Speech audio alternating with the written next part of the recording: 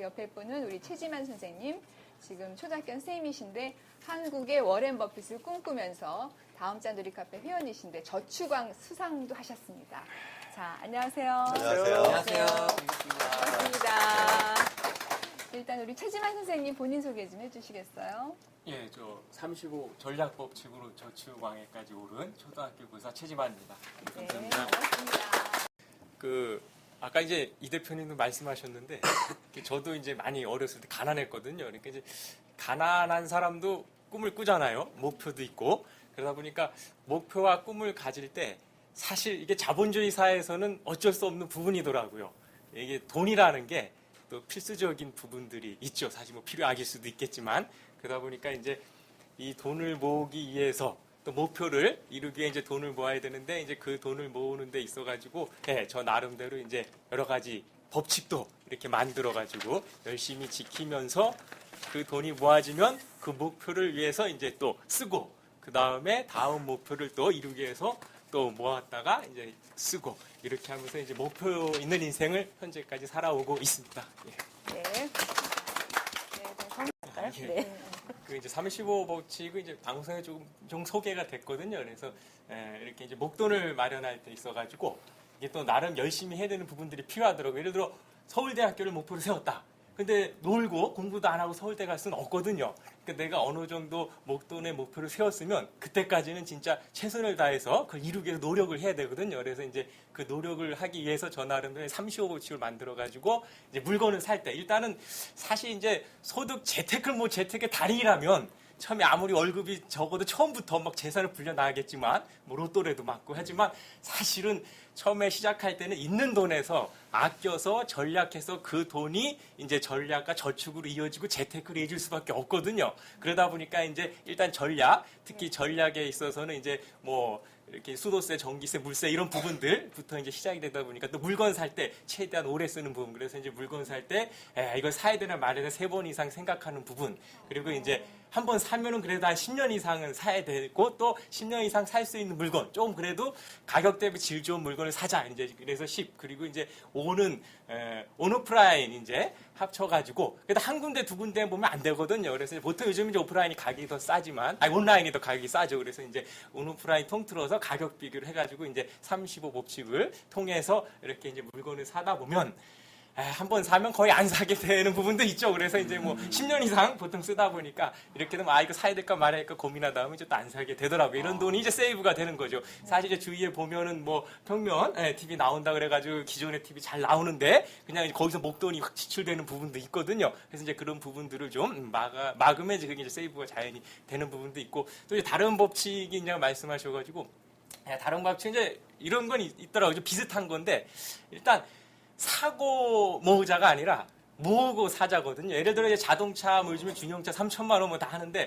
3천만 원짜리 자동차 중형차를 사더라도 먼저 빚내가지고 사면은 이거 갚느냐고 이자까지 고스란히 내게 되는데 사실 조금 참고 인내하되 조금 늦게 타겠죠. 물론 차를. 그렇지만 모아놓고 타면 그동안 그 작은 이자라도 붙거든요. 그럼 그 차이와 갭이 크거든요. 이렇게 해서 이제 물건 살 때 먼저 일단은 마인드가 모은 다음에 그 다음 이제 소비를 하자. 이런 이제 법칙도 나름대로 지키고 있습니다. 네.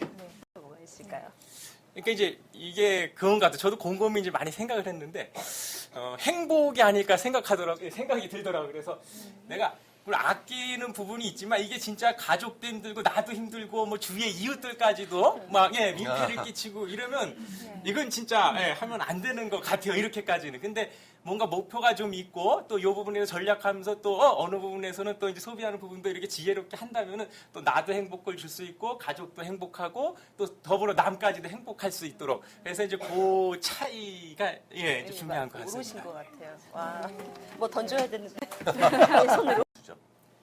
그러니까 이제 아까 이제 제가 말씀드린 대로 계속 진짜 말 그대로 목표도 없이 모은다면 이거 지치죠 사실. 근데 이제 거기서 이제 행복이라는 건 성취감이랑 비슷한 것 같더라고요. 예를 들어 뭔가 열심히 모아서 결혼을 한다거나 저도 이제 결혼할 때 군대에서 이제 오랜 동안 한 6년까지 장교 생활하면서 남들은 이제 야 군대 생활 2년도 힘든데 6년 갔다가는 못 돌아온다 하면서 막 말리고 했지만 그래도 끝까지 잘 버텨가지고 이제 군대에서 이제 오랜 목돈도 마련해서 그 돈으로 이제 결혼도 하고 또 지금도 이제 제가 이번에 좋은 좀 아파트 분양을 또 이제 마곡지구 7단지 이제 좀 좋은 데 받았거든요. 이제 그것도 사실 이제 목돈 마련이 이제 이루어지면서 그걸 받는 동시에 또 아내나 이제 또 가족들도 그런 이제 성취감, 목표를 이룬 것에 대해서 또 행복해하고 이제 이런 부분들이 있는 것 같습니다. 몇 평 받으셨어요? 근데 이제 아까 부부님께서 40평대 하지 말라 그랬는데 저는 40평대 하셨어요. 40평대 46평 할 수밖에 없는 게 그 7단지가 메인 단지거든요. 근데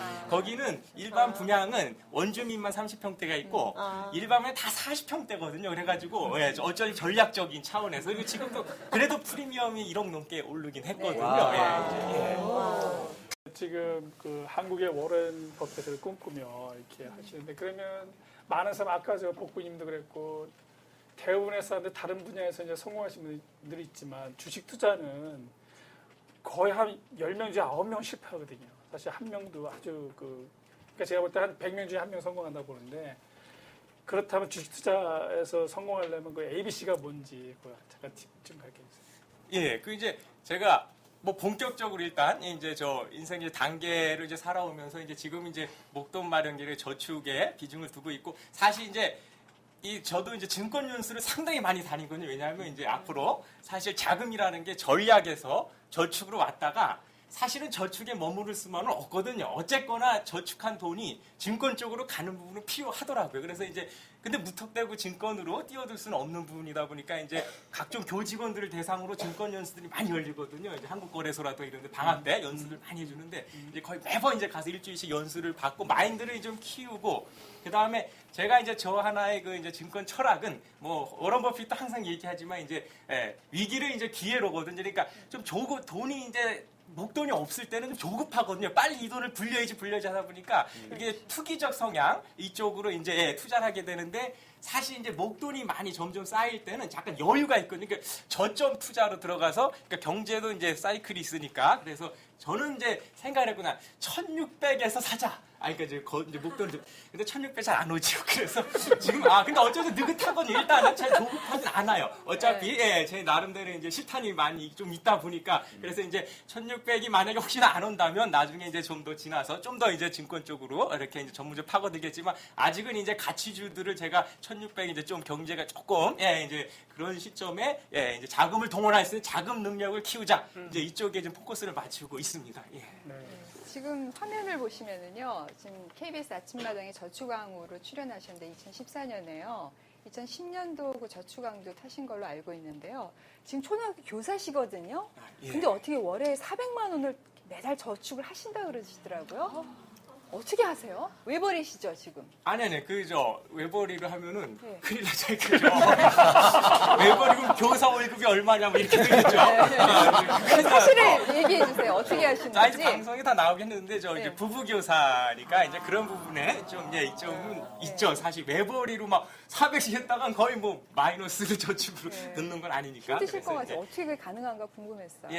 아무튼 그래도 교사가 이렇게 부유한 직종은 아니거든요. 이제 뭐, 이렇게 이제 공무원이다 보니까 그래서 이제 부부가 합치면 그래도 조금 이제 소득이 있긴 있는데 이제 아까 말씀대로 이제 뭐 목표를 이루기 위해서는 그때까지는 좀 참고 인내하는 부분이 필요한 것 같아가지고 이제 아내한테 지속적으로 이제 청사진도 제시하면서 이제 많이 정신교육을 했죠. 왜냐하면 제가 아내랑 데이트할 때는 돈을 엄청 썼거든요. 그 목표를 이루기 위해서 제가 이제 그 아내 결혼할 때 쓴 돈만 한 3, 4천 되더라고요. 그럼 왜냐하면 이제 그 아내가 이제 목표를 정했으니까 이제 그걸 이루기 위해서. 그래서 이제 이것도 목표다 보니까 아내한테 이제 사전에 많은 동의를 구해가지고 부부가 한 마음이 안 되면 힘들겠더라고요. 그래서 이제 전략하는 부분이 있어가지고 좀 우리가 앞으로 뭐 집을 사던 또 노후 대비를 하던 또 돈을 벌어가 남을 도와주던 간에 일단 중요한 필요한 목돈이 있으니까 이제 그때까지 좀 참고 인내하자 해가지고 아예 처음에 전셋집도 아주 15평 되게 작은 데에서 이제 생활해서 그걸 지금까지 살다가 이제 분양받아 간 거거든요.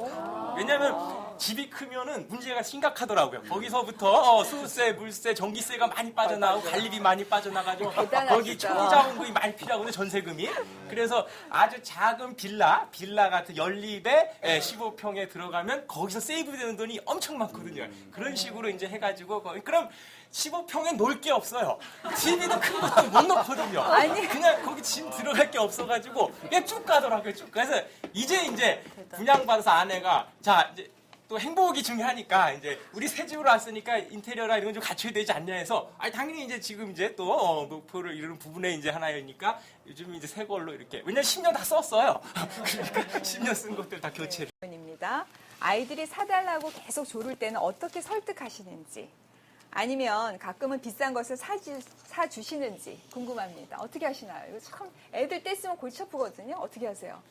이제 자녀 제가 이제 저희 아이 2학년인데 네. 예, 이제 아이한테 하는 교육 방법이 있고 이제 학교 아이들한테 하는 교육 방법이 있긴 있는데 네. 일단 우리 아이한테는 이제 때를 이게 습관이더라고요. 떼쓰니 그래서 어려서부터 이제 이렇게 스티커제를 이렇게 했거든요. 그래서 이제 착한 일하고 스스로 뭘 하거나 뭐 공부하거나 학습하고 책 읽고 할 때마다 이제 붙여주면 그 스티커가 모아져서 그때 이제 제가 용돈을 주면 나름 노력해서 자기가 이제 뭔가를 얻어가지고 그걸 가지고 이제 자기가 사용하고 소비하고 또는 더 모을 수도 있겠죠. 이렇게 이제 그 습관을 들여주니까 뭐 이렇게 슈퍼 같은 데 간다 그래서 저거 뭐 아빠 사줘 이게 아니라 내가 이제 요거 하나 책 한 번 더 읽어가지고 빨리 읽어가지고 요번에 용돈 빨리 받아가지고 저거 사야지 이제 이렇게 해서 습관을 자체를 이렇게 이제 해주니까 좋더라고요. 자제분이 몇 살 정도 되세요? 저 지금 이제 초등학교 2학년 여자. 네, 그러면 스티커 10개면 얼마 정도 주세요? 이제 스티커가 10개는 너무 작아서 네. 한 30개 있는 것 같은데. 30개. 30개인데 이게 금방 30개 모아지더라고요. 30개에 1,500원 이제 용돈을 주는데 이게 책잡 스스로 읽고 뭐 이제 심부름도 잘하고 이렇게 이제 여러 가지 많거든요. 이제 그러면 숙제도 빨리 알아서 잘하고 정리도 잘하고 이러면 붙여지기 때문에 30개를 해가지고 뭐 이렇게 많은 건 아니고 그래서 이제 한 일주일에 한 번은 하는 거 채우는 것 하는 거 같더라고요. 아닙니까? 어려서부터 노력하면 이렇게 대가가 온다는 걸 이제 저는 사실 교육을 이제 시켜주는 최진만 선생님 를 좀 이제 많이 꼬시는 게 이렇게 제가 준 돈은 이제 본인도 과자도 사 먹고 아이스크림 사 먹고 싶어 할 텐데 가끔 이제 큰 돈들이 올 때가 많더라고요. 이제 할머니가 준다거나 명절 때 이렇게 명절 주면 때. 그걸 그냥 갖다 맡길 수가 없더라고요. 그래가지고 그럴 때 이제 제가 꼬시죠. 걔는 이제 그걸 갖다가 뭐 피자라도 사 먹고 싶고 막 이제 이런 마음이 강한 것 같더라고요. 와, 10,000원이다 막 이러면서. 근데 그때 이제 요거를 조금만 더 모으면 네가 갖고 싶은 인형을 또 살 수가 있고 또 조금 더 모으면 자전거도 살 수가 있으니까 네가 한번 모아봐라 했더니 좀 한참 고민하다가 결국은 그래도 모으더라고요. 그래서 이제 근데 거기서 제가 조금 이제 지혜롭게 적금을 들어줬죠. 그래가지고 이제 3년 만기로 이제 좀 쉬면 돈 못 쓰는 거예요. 근데 3년 만기로 3년 동안 돈을 그 종잣돈을 만들어서 투자를 해야 되는데 거기에 이제 대안이 아까 말씀한 복부님처럼 이제 부동산을 하시든가 아니면 이제 그 펀드라든지 뭐 주식 투자를 해야 되는데 그러면 대부분의 사람들이 주식 투자하면은 개미들은 거의 실패했거든요. 그러면 여기서 그 제가 질문 드리고 싶은 거는 이제 성공하신 분한테 어떻게 했으면 그러면 여기서 이제 그 왜 그 실패를 하는 이유가 뭔지 생각하시는 게 대부분의 사람들이 왜 실패할까? 그럼 실패하지 않으려면 어떻게 준비를 해야 되는 거에 대해서 좀 말씀 좀 듣고 싶어요. 이제 아까 좀 답변 중에 내용이 조금 이제 겹칠 것 같긴 한데 보통 다른 주위에서 보면 주식하는 문제 뭐 선생님도 그렇고 제 이제 군대 동기 친구들도 보면은 목돈이 마련이 없이 바로 주식으로 들어가더라고요. 재테크. 그러니까 네. 조급해요, 사실은. 그러니까 자기가 노력하지 않고 돈이 따라오길 바라는 거예요. 자기 쓸 건 다 쓰고 소비할 거 다 품위 유지는 다 하고 그 대신에 뭔가 적은 돈이 커지길 바라는 마음이 강하더라고요. 그러다 보니까 뭔가 자꾸 파생 상품이라든가 이렇게 이제 코스닥 쪽으로 자꾸 돌리더라고요. 그래서 대박나는. 뭔가 대박주를 번에. 찾는데 이게 안 되는 거예요. 네. 또 만약 찾아도 문제는 뭐냐면 기껏 목돈 모은 게 1,000만 원밖에 안 되니 이 1,000만 원 다 넣어서 2배 돼 2,000밖에 안 되는 거예요. 근데 나중에 읽는 거는 4,000이죠. 이러다 보니까 안 되더라고요. 근데 만약에 이제 목돈이 커지면 예를 들어 뭐 2억, 3억이면 자기가 진짜 그걸 다 투자하지는 않겠지만 거기 쪼개가지고 예를 들어 3억이면 1억 5천을 갖다가 진짜 가치주를 찾아가지고 거기다 조그만 장기적으로 묻어놓으면서 인내를 가지고 이렇게 이제 주식을 하다 보면 진짜 은행 이자보다는 좀 더 높은 수익률을 가지고 나갈 수 있는 그런 이제 인내심 이제 그게 필요할 것 같아서 그래서 일단은 저는 주식 아까 이제 말씀하신 것처럼 주식이 이전에 일단은 목돈이 마련진 다음 상태에서 주식이 이루어져야 될 것 같더라고요. 목돈 없이 바로 주식 들어가면 진짜 100% 망하는 것 같더라고요. 주위에서 다 보니까. 예. 네. 다 선생님이시라니까 저희가 이제 교사야 이제 본업에 좀 그러니까 그런 부분에 대해서 뭐 직업이나 이런 쪽으로 해가지고 자기 능력을 개발시켜가지고 뭐 이렇게 수입을 더 막 이직하면서 수입을 막 늘려나가고 이제 이러긴 한계가 좀 있는 것 같고 이제 직업마다 좀 다양한 것 같습니다. 일반 이제 뭐 회사분들은 자기 개발을 통해 가지고 이제 저기 자기 가치를 높여가지고 이제 그 아이 소득 자체를 좀 더 이제 높이는 부분이 필요하겠죠. 근데 사실 근데 이제 그렇게 된 게 가장 이상적인 저도 뭐 사실은 전략해가지고 사실 뭐 목돈만 쓰지 않고 진짜 뭐 자기 능력이 돼가지고 더 아니면 뭐 부모님 잘 만나서 진짜 아니면 뭐 이렇게 이제 여건이 좀 좋아가지고 또 내가 능력으로 운이 좋다거나 이렇게 해서 소득이 많아가지고 거기서 많은 소득 중에 일부를 떼가지고 이제 뭐 투자를 한다거나 저축을 한다면 사실은 좋은데 대부분 좀 그런 부분이 어려운 것 같더라고요. 그러니까 어차피 우리 서민이나 중산층이 그런 부분이 진짜 좀 제가 봤을 때는 좀 일부분일 수밖에 없고 아니면 미리부터 뭐 성견짐을 가지고 뭔가 이렇게 직업적으로 이제 뭔가 자기 미래를 개척해 나간 분들 빼고는 대부분은 사실은 출발은 제가 봤을 땐 좀 전략부터 있을 수밖에 없더라고요, 사실. 그리고 전략에서 저축이 이루어지고 이제 사실 목돈이 여기서 중요한 게 뭐냐면 사실 전략이 적금은 사실 적은 것 같은데 이게 돈이 모여서 진짜 열심히 모으면 예를 들어 뭐 2억, 3억, 4억, 5억, 6억이 된다면은 사실 3% 이자지만 1,000만 원의 3%는 작거든요. 근데 내가 진짜 열심히 해가지고 6억을 벌었다 그러면 6억의 3%는 1,800만 원이죠. 그러니까 이 가치가 달라지거든요. 네. 뭐 다 저금리라 그래가지고 지금 저축하면 안 돼.